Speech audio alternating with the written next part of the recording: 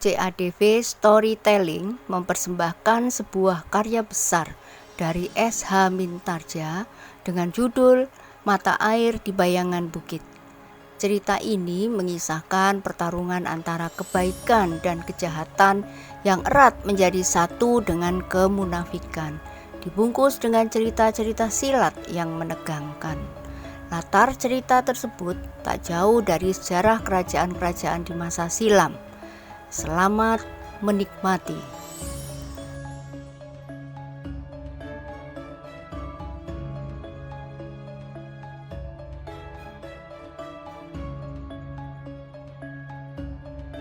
Pada episode sebelumnya dikisahkan bahwa mula-mula Kuncung sama sekali tidak menghiraukan dua orang yang datang menuju ke arah ia berjalan. Bahkan kemudian ia pun berhenti ketika salah seorang dari kedua orang itu memanggilnya. "Kisana," berkata salah seorang dari keduanya, "apakah kau dapat menolong kami?" Kuncung yang tidak berprasangka apapun itu menunggu keduanya. Baru ia merasa ngeri ketika kedua orang itu menjadi semakin dekat. Wajah keduanya membayangkan kekerasan dan kekasaran. Tetapi Kuncung sudah terlambat. Salah seorang dari kedua orang itu telah melekatkan ujung pisau belati ke lambungnya. "Jangan berbuat sesuatu yang dapat mempercepat kematianmu, anak muda." Kuncung menjadi gemetar. Ia pun segera teringat peristiwa yang pernah dialami oleh Jeliteng. Karena itu, maka tubuhnya pun segera menggigil. Namun demikian, ia pun ingat bahwa jika ia tidak berbuat sesuatu, maka ia pun akan pulang dengan selamat seperti Jeliteng. Karena itu, maka Kuncung pun menurut saja apa yang dikatakan oleh kedua orang itu. Mereka bertiga pun kemudian berjalan menuju ke hutan di lereng bukit. "Di sana kita tidak akan diganggu oleh siapapun," berkata salah seorang dari kedua orang itu. Kuncung berjalan dengan kaki gemetar, tetapi ia tidak dapat menolak. Ketika mereka sudah sampai di kaki bukit, maka kedua orang itu telah membawa Kuncung untuk naik ke tempat yang lebih tinggi. Salah seorang dari keduanya berkata, "Jika orang-orang Lumban menyadari bahwa kau tidak kembali, mereka tentu akan mencari. Aku kira ada orang-orang penting di Lumban. Bukan berarti bahwa kami berdua menjadi ketakutan, tetapi kami ingin berbicara dengan kau tanpa terganggu." Kuncung tidak dapat berbuat lain. Dengan menggigil ia berjalan tertatih-tatih di antara pepohonan hutan yang semakin lama menjadi semakin lebat. Baru ketika mereka sudah berada di tempat yang agak tinggi, maka salah seorang dari keduanya pun berkata, "Kita berhenti di sini. Kita berbicara dengan hati terbuka. Kau mengerti maksudku?" Kuncung yang ketakutan mengangguk. Dalam gelapnya malam yang seakan-akan semakin kelam di dalam hutan, Kuncung tidak dapat melihat cukup jelas wajah-wajah orang yang tidak dikenalnya itu. "Jawab pertanyaanku, anak muda," berkata salah seorang dari keduanya. "Apakah kau pernah mendengar kabar tentang kedatangan orang-orang asing di Padukuhan Lumban?" Kuncung mengerti. Yang ditanyakan oleh kedua orang itu tentu peristiwa yang baru saja terjadi, pembunuhan yang dilakukan oleh Daruwerdi di kaki bukit itu. Karena itu, agar ia segera dibebaskan, ia pun bercerita tentang peristiwa itu menurut pendengarannya. Yang ia ketahui dengan pasti, saat itu ada 3 sosok mayat yang oleh orang-orang Lumban telah dikuburkan sebaik-baiknya. "Aku takut menyelenggarakan. Semua upacara dilakukan menurut yang seharusnya." Kuncung mencoba mengambil hati orang-orang itu. Kedua orang berwajah kasar itu mendengarkan cerita Kuncung dengan seksama. Namun kemudian salah seorang dari mereka bertanya, Apakah semuanya dibunuh oleh anak muda yang kau sebut bernama Daruwerdi itu?" Sejenak Kuncung tertegun. Ia tidak dapat mengatakan dengan pasti apakah yang sebenarnya telah terjadi. Yang ia dengar dari kawan-kawannya adalah bahwa Daruwerdi telah membunuh lawan-lawannya. Karena itu, maka dengan ragu-ragu ia menjawab, "3 orang yang mati."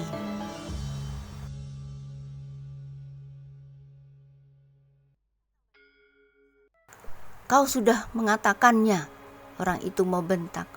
"Tetapi siapakah yang membunuh? Apakah semuanya dibunuh oleh anak itu?" Iya, Kuncung tergagap. Namun ia nampak semakin ragu-ragu. Kedua orang itu mulai menjadi panas. Mereka menduga bahwa salah seorang dari ketiga orang itu tentu dari perguruan Pusparuri. Tetapi anak yang dibawanya itu tidak dapat mengatakan siapakah yang telah membunuh mereka. "Anak gila!" bentak salah seorang dari mereka. "Apakah kau tidak pernah mendengar Daruwerdi bercerita? Atau kau dengan sengaja dipesan agar tidak mengatakannya kepada siapapun juga?" Kuncung menjadi semakin gemetar. Orang-orang itu berangsur semakin dekat. Bahkan tiba-tiba saja salah seorang dari mereka telah menerkam rambutnya sambil berteriak, "Katakan, siapa yang telah membunuh mereka?" Darah Kuncung bagaikan berhenti mengalir. Wajah-wajah itu seolah-olah telah berubah menjadi wajah hantu yang semakin mengerikan. Dalam kegelapan, Kuncung membayangkan wajah-wajah itu telah berubah menjadi buas. Giginya telah tumbuh menjadi taring-taring yang tajam. Matanya menjadi merah seperti bara dan lidahnya menjadi bercabang seperti lidah ular. Kengerian yang sangat telah mencengkam hati Kuncung. Ia teringat kepada cerita hantu yang sering menerkam dan menghisap darah. Dan kini rasa-rasanya ia sudah berhadapan dengan hantu-hantu itu. Dalam pada itu, di lereng bukit, di sebelah peristiwa yang mengerikan bagi Kuncung itu, Kiai Kanti duduk berselimut, bersandar sebatang pohon. Sementara Swasti tidur di atas selai KTP yang dianyamnya dari daun-daun ilalang yang kering. Udara malam yang terasa panas menyebabkan kedua orang itu tidak menyalakan perapian. Namun rasa-rasanya nyamuknya semakin lama menjadi semakin banyak, sehingga Kiai Kanti berusaha untuk menutup seluruh tubuhnya dengan kain panjangnya. Namun dalam pada itu Kiai Kanti tiba-tiba saja telah beringsut sambil mengangkat wajahnya. Lamat-lamat dari jauh sekali ia mendengar suara kentongan dalam irama yang aneh, bahkan kadang-kadang tidak berirama sama sekali.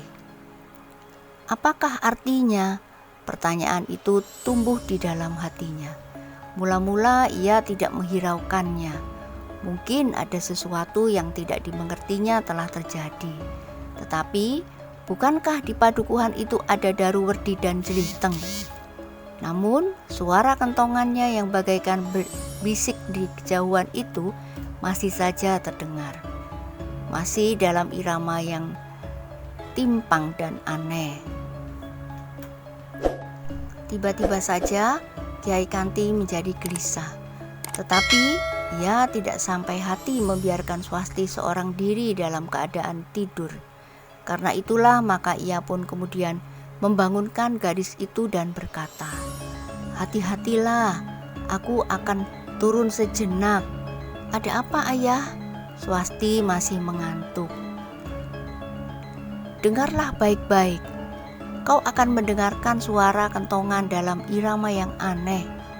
Sejenak Swasti diam. Seperti kata ayahnya, ia mencoba mendengarkan suara di sela-sela desir angin di dedaunan. "Ya, aku memang mendengar suara kentongan. Nampaknya dipukul begitu saja tanpa irama tertentu. Dan bukankah tidak hanya satu atau dua kentongan. Kiai Kanti mengangguk-angguk. Suara yang kadang-kadang agak jelas, namun kadang-kadang hilang, itu memang sangat menarik perhatiannya. Swasti, berkata Kiai Kanti, aku akan melihat apakah yang telah terjadi. Suara itu tentu bukan suara gejok, meskipun mereka yang baru belajar. Juga saatnya tidak tepat untuk bermain gejok, karena bulan tidak sedang bulat. Aku ikut ayah, tiba-tiba Swasti menyaut. Aku juga ingin melihat suara yang aneh itu, seperti suara kotekan orang-orang padukuhan mencari anak yang dicuri kuntilanak. Hei, tiba-tiba saja Kiai Kanti menengadahkan wajahnya. Lalu, mungkin Swasti? Memang mungkin. Yang kita dengar dari jauh ini hanyalah suara kentongannya. Mungkin di antara suara kentongan terdapat suara tampa, gembreng, dan suara-suara yang lain. Swasti mengangguk-angguk, gumamnya. Menarik sekali. Marilah ayah, aku ikut bersama ayah. Tetapi Kiai Kanti menjadi ragu-ragu. Katanya, bagaimana jika justru kau yang mereka sangka wewe itu? Swasti memberenggut. Menurut cerita, wewe itu cantik sekali, dan aku sama sekali tidak cantik. Ayahnya tersenyum, namun ia pun kemudian berkata, marilah, bersiaplah menghadapi setiap kemungkinan yang ada di sepanjang jalan. Swasti pun membenahi pakaiannya, bukan pakaian seorang gadis sewajarnya. Ia pun kemudian menyelipkan senjatanya di lambung. Senjata yang selalu disembunyikannya di antara onggokan-onggokan pakaiannya yang sedikit. 2 buah pisau belati panjang di kedua lambungnya. Namun, ia masih juga membawa beberapa buah pisau belati kecil diikat pinggangnya. Sejenak kemudian, kedua orang ayah dan anak itu menuruni tebing dengan hati-hati. Kecuali malam gelapnya bukan main. Mereka pun secara naluriah merasakan suasana yang berbeda. Tiba-tiba saja langkah Kiai Kanti tertegun. Ia mendengar suara sesuatu agak di bawah. Sehingga karena itu, maka ia pun menjadi semakin berhati-hati. Swasti, bisiknya, kau mendengar suara lain. Suara orang mau bentak-bentak ayah, jawab Swasti. Tetapi tidak tepat di bawah kita sekarang. Ya, itu pun tidak kalah menariknya dengan suara kentongan itu. Sejenak keduanya berhenti termangu-mangu. Namun kemudian Kiai Kanti pun berkata, kita berbelok sedikit Swasti. Mungkin suara kentongan itu ada hubungannya dengan peristiwa di bawah itu. Keduanya pun kemudian bergeser menempuh jalan yang lain. Dengan sangat hati-hati, mereka beringsut di antara pepohonan dan batu-batu padas. Tetapi suara-suara yang terdengar itu telah menuntun mereka ke arah yang benar. Semakin dekat mereka dengar suara itu, maka keduanya pun menjadi semakin berhati-hati. Mereka beringsut setapak demi setapak, sehingga akhirnya mereka dapat mendengarkan seluruh pembicaraan antara 2 orang berwajah kasar itu dengan kuncung yang ketakutan. Jika kau tidak berterus terang, aku akan membunuhmu seperti membunuh seekor anjing, geram salah seorang dari mereka. Aku tidak tahu, suara kuncung hampir tidak terdengar. Aku hanya tahu 3 orang mati dan orang-orang Lumban ikut menguburnya dengan baik-baik. Dada Kiai Kanti menjadi berdebar-debar. Ia pernah mendengar pembunuhan di lereng gunung bukit itu yang dilakukan oleh Daruwerdi. Dan ia pun pernah mendengar cerita jeliteng tentang 2 orang kendali putih yang datang ke padukuhan Lumban. Aku sudah menduga bahwa persoalannya tidak akan berhenti sampai kematian 2 orang yang dibunuh jeliteng itu. berkata Kiai Kanti dengan berbisik ke telinga anak gadisnya. Swasti mengangguk kecil, namun ia pun sadar bahwa ia harus bersiap sepenuhnya menghadapi segala kemungkinan yang bakal terjadi. Meskipun agak sulit, namun keduanya berhasil mendekat lagi beberapa langkah. Mereka menjadi semakin jelas setiap kata yang mengancam. Dan bahkan Kiai Kanti mendengar orang-orang itu agaknya mulai memukul korbannya. Desah Kiai Kanti. Apakah yang mereka lakukan? Swasti nampaknya tidak sabar lagi. Ia merangkak semakin dekat. Justru karena kedua orang itu sedang marah dan perhatiannya sepenuhnya telah terikat kepada anak muda lumban itu, maka mereka tidak segera mendengar kehadiran orang lain di sekitar mereka. Hei, katakan, apakah di antara mereka terdapat orang-orang Pusparuri atau orang Kendali Putih atau orang lain lagi? Suara orang itu menjadi semakin keras. Yang terdengar kemudian adalah suara tangis. Agaknya Kuncung itu mulai menangis. Aku tidak tahu. Sungguh, aku tidak tahu. Aku bunuh kau. Jangan. Tangis Kuncung semakin keras. Anak gila, geram salah seorang dari mereka. Kita harus mencari orang lain yang lebih tahu tentang hal ini. Mungkin kita akan langsung berhubungan dengan Daruwerdi. Tetapi mungkin kita akan mencari keterangan untuk menjajaki keadaan. Lalu anak ini, desis yang lain, bunuh saja dan lemparkan mayatnya di tempat yang lebih tinggi, yang tentu tidak akan diketahui orang. Bahkan mungkin akan menjadi mangsa harimau yang tentu masih ada di hutan ini. Mendengar jawaban orang berwajah garang itu, tangis Kuncung menjadi semakin keras. Hampir berteriak ia berkata di sela-sela tangisnya, Jangan. Berteriaklah, berkata orang berwajah garang itu. Suaramu akan hanyut oleh angin di hutan ini.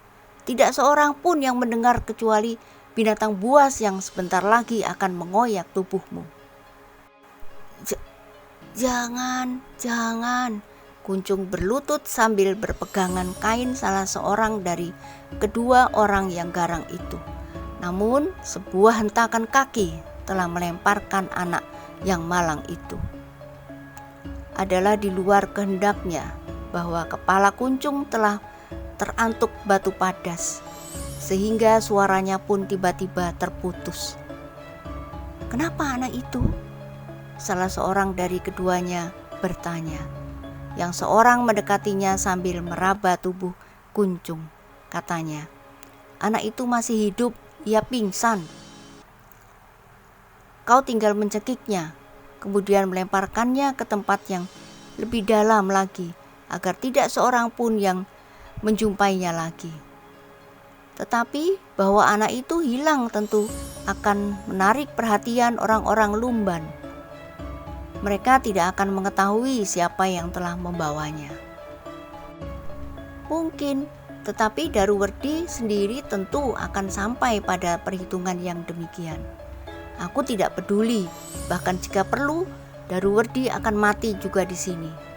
Kawannya terdiam, tetapi kepalanya terangguk-angguk kecil. Cepatlah, kita masih mempunyai banyak persoalan. Kawannya pun kemudian melangkah selangkah maju. Dipandanginya tubuh Kuncung yang terbaring dalam kegelapan. Namun kemudian tanpa ragu-ragu orang itu pun berjongkok sambil mengulurkan tangannya untuk mencekik leher Kuncung yang sedang pingsan. Namun keduanya terkejut ketika tiba-tiba saja mereka mendengar seseorang mendehem. Hampir terlonjak keduanya melompat surut. Selamat datang di padepokanku anak-anak, terdengar seseorang berkata dari balik gerumbul. Kedua orang itu benar-benar terkejut, apalagi ketika kemudian mereka melihat bayangan dua orang yang menyibak bergerumbul dan mendekati tempat mereka berdiri termangu-mangu. "Siapa kau, he?" salah seorang dari kedua orang itu bertanya. Kiai Kanti yang mengintip apa yang telah terjadi tidak dapat membiarkan pembunuhan itu terjadi. Karena itu, maka ia pun telah keluar dari persembunyiannya untuk mencegah pembunuhan itu. "Siapa kau, he? Siapa?" orang itu membentak semakin keras. "Kenapa kau berdua berani memasuki padepokanku dan menginjak-injak taman bunga yang aku pelihara rapi ini?"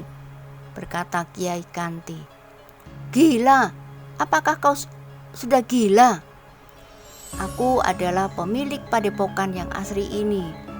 Kau jangan merusakkan kebun bungaku, dan kehadiranmu telah mengejutkan para cantrik, jejanggan, dan para putut yang masih muda-muda." "Hei, orang gila, kenapa kau datang kemari?" "Aku bukan orang gila, aku adalah pemilik petamanan dan padepokan ini. Aku datang ke duniamu untuk memperingatkanmu agar kau tidak melanjutkan tingkahmu yang merusakkan padepokanku."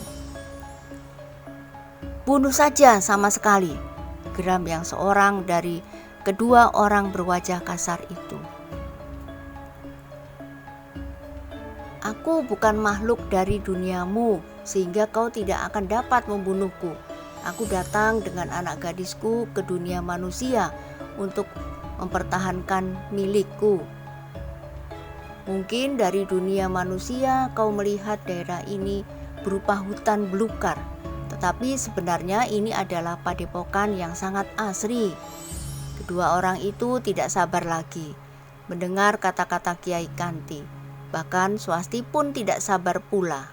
Katanya, "Ayah terlalu berbelit-belit, tangkap saja mereka, dan barangkali ayah dapat membawanya ke Lumban Wetan dan Lumban Kulon bersama anak yang pingsan itu." Yang terdengar kemudian adalah kedua orang itu menggeram.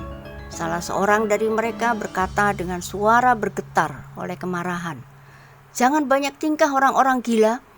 Kami terpaksa membunuh kalian pula seperti kami membunuh anak yang malang ini." "Apa salahnya kau akan membunuh anak itu?" potong Swasti dengan lantang. "Kau sama sekali tidak berperikemanusiaan." "Hei, apakah kalian orang-orang Kendali Putih?" Kedua orang itu mengerutkan keningnya. Hampir berbareng mereka bertanya, "Kau kenal orang-orang Kendali Putih?" "Aku tahu bahwa kau sedang memaksa anak itu menceritakan apa yang tidak diketahuinya."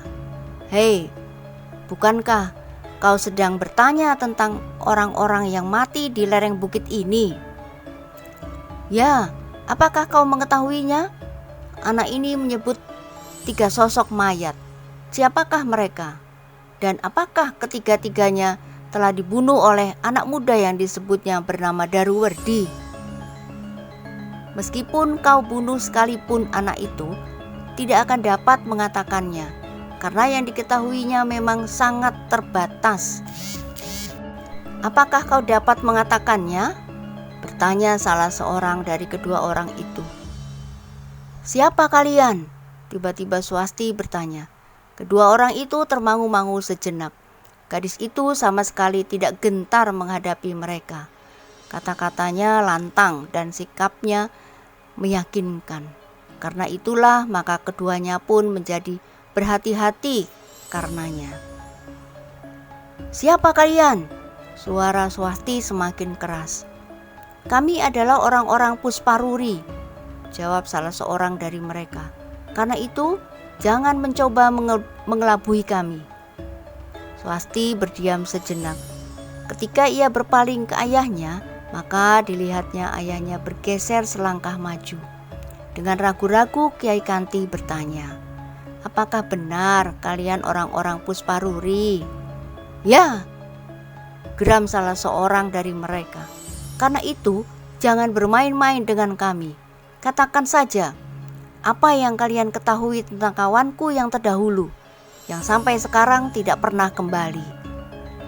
Apakah kau tidak tahu apa yang dilakukan oleh kawanmu itu? Kami tahu pasti kawanku itu telah pergi ke padukuhan ini untuk suatu tugas. Tiba-tiba saja Swasti menyaut mendahului ayahnya.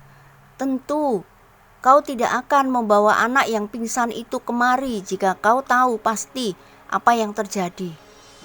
Aku hanya tahu bahwa seorang kawanku datang kemari. Kau tahu tugas apa yang dilakukan di sini?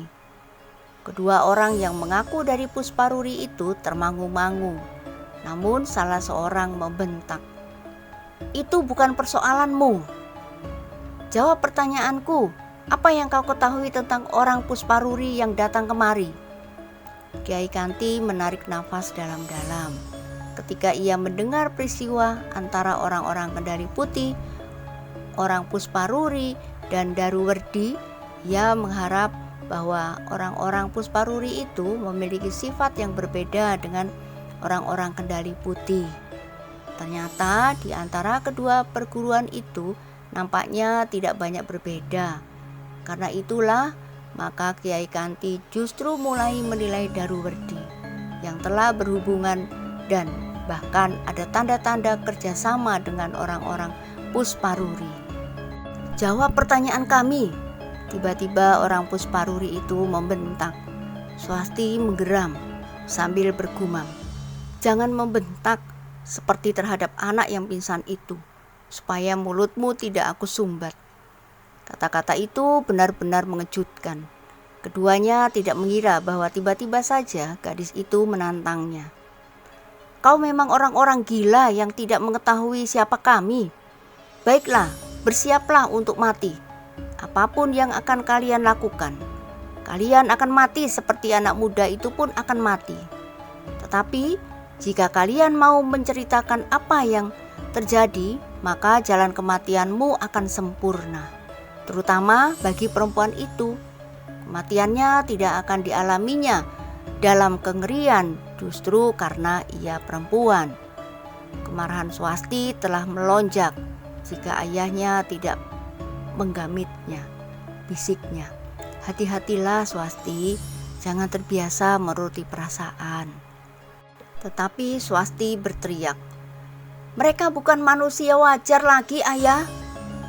Ketahuilah, berkata Kiai Kanti tanpa menghiraukan kata-kata anaknya. Kawanmu dari Pusparuri itu memang datang, tetapi agaknya orang-orang Pusparuri seperti kalian tidak tahu apa yang dilakukannya di sini.